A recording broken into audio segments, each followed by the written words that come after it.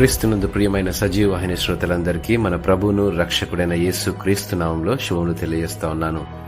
విశ్వాసపాత్రమైన సంబంధాలు అనే అంశాన్ని మనం ఈరోజు ధ్యానించుకుందాం. స్నేహితులు, బంధువుల మధ్య విభేదాలు కలిగినప్పుడు ప్రశాంతతను మనం కోల్పోతూ ఉంటాము. ప్రత్యేకంగా మన కుటుంబ సభ్యులతో విభేదాలు లేదా ఘర్షణలు గనుక ఉంటే కోపతాపాలు తప్పనిసరి. ఈ విభేదాలు మన రోజువారీ జీవితంపై ప్రభావితం చూపిస్తాయి. అంతేకాదు, భార్యాభర్తలు విభేదించినప్పుడు వారిద్దరి మధ్య సమాధానం కోల్పోయి అసహనంతో కూడిన చిరాకుతో వారి ఎదుట ఉన్న పనులను అవి ఆటంకపరుస్తూ ఉంటాయి. కలిసి తీసుకునే నిర్ణయాలపై ప్రభావితం చేస్తాయి మరియు వారి చుట్టూ ఉన్న వ్యక్తులపై తమ అసహనాన్ని ప్రదర్శిస్తూ ఉంటారు. విభేదాలు కుటుంబ జీవితాలను విచ్ఛిన్నం చేస్తుంటాయి.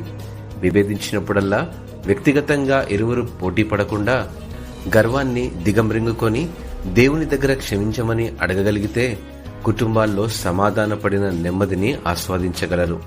ఇశ్రాయేలీయులు వ్యక్తిగత పాపం వలన కలిగిన బాధ అనంతరం తిరిగి సమకూర్చబడి ఆనందాన్ని అనుభవించారు.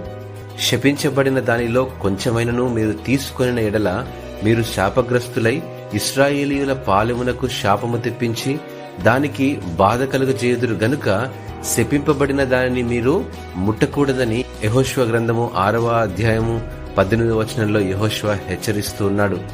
అయితే ఆకాను శపితము చేయబడిన దానిలో కొంత తీసుకొని తన గుడారంలో దాచుకున్నాడు. అయితే వాని పాపము బహిర్గతము చేయబడి దాని విషయంలో వారు చర్చించినప్పుడే ప్రజలు దేవునితో సమాధానపడ్డారు. పాపాన్ని మన గుడారాల్లో దాచుకోవడము అన్నది మన హృదయాలను దేవుని నుండి మళ్లించడంతో పాటు మన చుట్టూ ఉన్న వాళ్లను కూడా ఎలా ప్రభావితం చేస్తుందో అన్న దానిని ఆకానులా ప్రతిసారి మనము గ్రహించము. యేసు క్రీస్తును స్వంత రక్షకునిగా అంగీకరించి మన పాపాన్ని ఒప్పుకొని క్షమాపణలు వేడుకోవడం అన్నది దేవునితో మరియు ఇతరులతో విశ్వాసపాత్రమైన సంబంధాలకు పునాదిగా ఉంటుంది. మనం అట్టి ప్రేమను కలిగినప్పుడు ఇతరుల సంబంధాలతో ఏర్పడే బంధాల మధ్య ప్రేమను ఆస్వాదించడమే కాకుండా మన జీవితాలను నిర్వహించే వాని సేవించే సన్నిధిని కూడా ఆస్వాదించగలుగుతాము. ఇట్టి వాక్యమును దేవుడు ఆశీర్వదించునుగాక. ఆమేన్.